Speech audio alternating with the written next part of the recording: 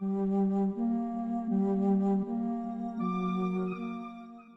ne restait que 7 jours à Jormaux pour se replonger dans les mondes fictifs. Il lui fallait recruter un maximum de monde pour lutter contre Bélixo et son armée dans la grande guerre qu'il a déclenchée contre tous les humains survivants. 7 jours avant son départ pour le voyage maritime. Mais il ignorait que Bélixo se servait déjà de ses pouvoirs qu'il absorba lors du premier conseil de Ralave. Comment annoncer à Neige qu'il allait s'absenter sur un temps indéfini? Comment ne pas lui faire de la peine? Il voulait qu'elle vienne avec lui, mais le voyage s'annonçait bien trop dangereux. L'océan est un élément indomptable. Neige avait renoncé à sa candidature pour la mairie du village, laissant le champ libre à Crix. Jormaux était allongé dans son lit, réfléchissant à ce qu'il allait dire à Neige. Jormaux, tu as l'air soucieux, dis-moi ce qu'il ne va pas. J'ai peur pour notre avenir, mais je suis plus que confiant que je peux trouver la solution pour notre survie. Et j'ai une annonce à te faire qui ne va pas te plaire. Moi aussi j'ai une mauvaise nouvelle à te dire Jormaux.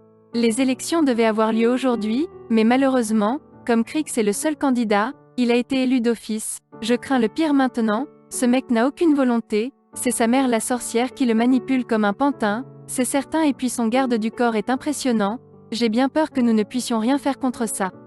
Et le pire dans tout ça c'est que la majorité des habitants l'apprécient. Je sais bien, Neige, mais il va falloir jouer sur la discrétion en ce moment. Cette semaine, je vais être quelque peu absent. Je vais m'enfermer quelques jours dans la pièce secrète de mon ancêtre et voyager dans les mondes fictifs. Je trouverai bien des entités qui pourraient nous aider dans cette guerre qui aura lieu dans 10 ans. Crix ne représente aucunement une menace à côté de Bélixo, de son armée, ou même du général. Tu vas me laisser seule cette semaine? J'en ai vraiment marre que tu me laisses seule, un jour c'est ton boulot, tes inventions, maintenant c'est la guerre. Arrête de vouloir sauver le monde à toi tout seul, nous sommes des milliers de survivants à vouloir la paix, moi qui voulais t'annoncer une bonne nouvelle. Je n'ai pas terminé, Neige. Je dois accompagner Rosal et Bersky faire le tour des océans pour trouver d'éventuels survivants. Et combien de temps tu partirais?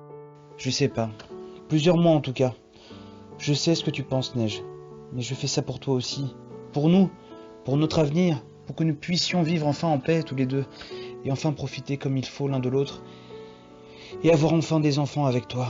Mon plus grand rêve, Neige. Jormaux avait également les larmes aux yeux. Il continua.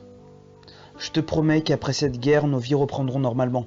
Et ces cauchemars successifs seront derrière nous. Si je ne fais rien, cet avenir n'existera jamais. Quelle est cette bonne nouvelle que tu voulais me dire? Ce n'est plus une bonne nouvelle Jormaux, puisque tu t'en vas. Dis-le-moi, je t'en supplie. Tu me fais peur. Je suis enceinte Jormaux, je suis enceinte d'un petit mois, j'ai fait un test de grossesse hier. Jormaux était resté figé sur place. Il pleura sur l'épaule de Neige. Pardonne-moi, Neige. Je te promets de revenir dans 8 mois pour la naissance de ce bébé. C'est le meilleur jour de ma vie, si tu savais. Je suis encore plus motivé maintenant que nous allons être parents de ce futur être merveilleux. Si tu n'es pas là pour sa naissance, je ne te le pardonnerai jamais Jormaux. Je te le promets, lui dit Jormaux, la flamme dans les yeux.